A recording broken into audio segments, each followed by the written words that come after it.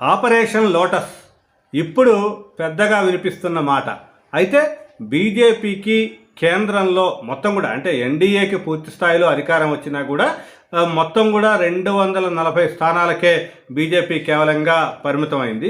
అయితే దాని సంఖ్యని పెంచుకోవటానికి మిగతా పార్టీలు చిల్లర పార్టీలు కానీ తక్కువగా వచ్చిన వాళ్ళని కానీ తీసుకునే ప్రయత్నం అయితే బీజేపీ చేస్తుంది. ఆపరేషన్ ఆకాశ దిశగా బీజేపీ నడుస్తుంది అనే ఊహాగానాలు అయితే కనిపిస్తున్నాయి. అయితే ఇప్పుడు ప్రజెంట్గా లోక్సభలో వచ్చిన అంటే ఎన్డీఏకి మద్దతు ఉంది కాబట్టి రాజ్యసభ వేదికగా ఒక ప్లాన్ అయితే జరుగుతుంది. దానికి ముందుగా కూడా వైసీపీకి చెందిన 11 మంది రాజ్యసభ సభ్యులని తర్వాత 4 ఎంపీలకి గాలం వేసే పరిస్థితి అయితే బీజేపీకి ఉంది అనేది అయితే అందరూ కూడా అనుమానం వ్యక్తం చేస్తున్నారు. అయితే దీని విషయంలో కీర్తి అంటే కాంగ్రెస్ నేత చిదంబరం కుమారుడు కీర్తి చిదంబరం కూడా దీన్ని ట్వీట్ చేయడం జరిగింది. Operation lotus starts begin with YCP అనేది అయితే ఆయన ట్వీట్ చేయడం జరిగింది. ఎక్స్ వేదికగా ట్వీట్ చేయడం జరిగింది. అయితే దీంట్లో చూసినట్టయితే ఇప్పుడు 11 మంది రాజ్యసభ సభ్యులు ఉన్నారు. దీంట్లో ఇక్కడ కీలకమైన నేతలే ఇక్కడ ఉన్నారు. వైవి సుబ్బారెడ్డి కానీ, మేడ రఘునాథరెడ్డి, గొల్లా బాబురావు, తర్వాత విజయసాయిరెడ్డి, ఆర్ కృష్ణయ్య, నిరంజన్ రెడ్డి, బీదా మస్తాన్ రావు, ఆళ్ల అయోధ్య రామిరెడ్డి, తరువాత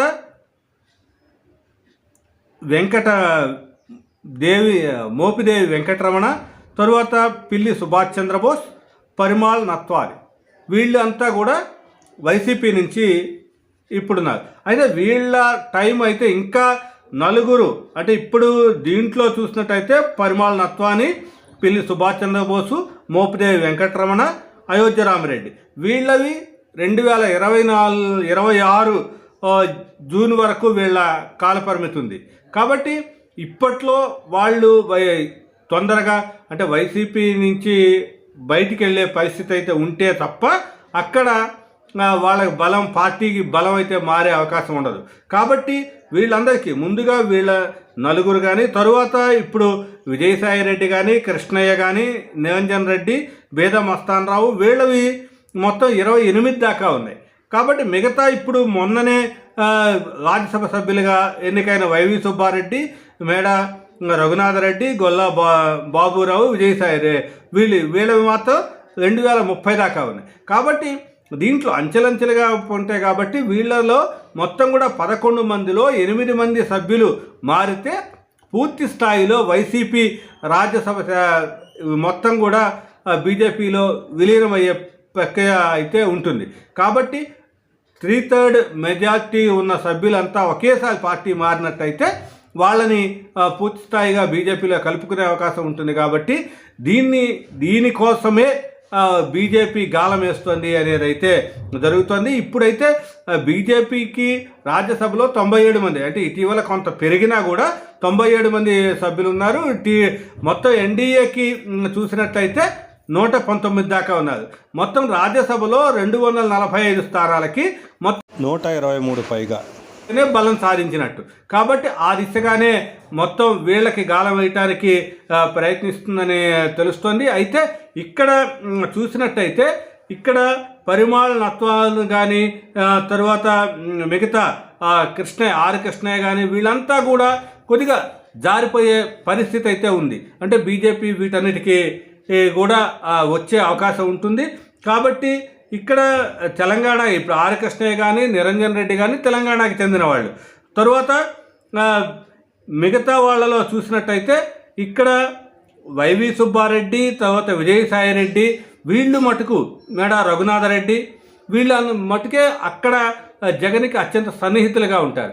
మిగతా వాళ్ళందరినీ కూడా గాలం వెయ్యొచ్చు అనే పరిస్థితిలోనే ఉంది. ఏదైతే మొత్తంగా వాళ్ళని 11 మందిని తీసుకునే ప్రయత్నం చేస్తారా లేకపోతే విజయసాయిరెడ్డి లాంటి వాళ్ళు ఎలాంటి పాత్ర పోషిస్తారనేది అయితే ఇంకా కీలకంగా మారింది. అయితే మరోపక్క తాజాగా వినిపించే మాట ఏముంది అంటే పెద్దిరెడ్డి లాంటి వాళ్ళే అంటే పెద్దిరెడ్డి మిథున్ రెడ్డి కానీ అంటే ఎంపీలుగా ఉన్న మొన్న ఎలక్ట్ అయిన వాళ్ళు పెద్దిరెడ్డి మిథున్ రెడ్డి, అవినాష్ రెడ్డి, గురుమూర్తి, తర్వాత తనూజారాణి. అయితే ఇక్కడ తనూజారాణి గురుమూర్తి వ్యవహారాన్ని ఎట్లుంచినా సరే పెద్దిరెడ్డి మిథున్ రెడ్డి తర్వాత అవినాష్ రెడ్డి వీళ్ళు కూడా బీజేపీకి టచ్లోకి వెళ్ళారు అనే వాదన అయితే కనిపిస్తోంది. ముఖ్యంగా పెద్దిరెడ్డి రామచంద్రారెడ్డి కూడా బీజేపీలోకి టచ్లోకి వెళ్ళారు. వీళ్ళు ఎందుకంటే ఎలాంటి కేసులు ఎదుర్కోవాల్సి వస్తుంది అనే ఒక భయం అయితే ఉంది.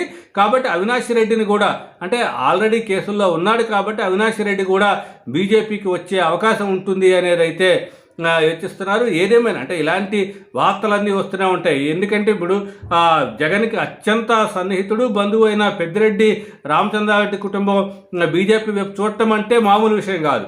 కానీ ఇలాంటి వార్తలు అయితే వస్తూనే ఉన్నాయి. ఏదేమైనా సరే ఇప్పుడు ముందుగా వైసీపీ వేదికగానే ఇదంతా కూడా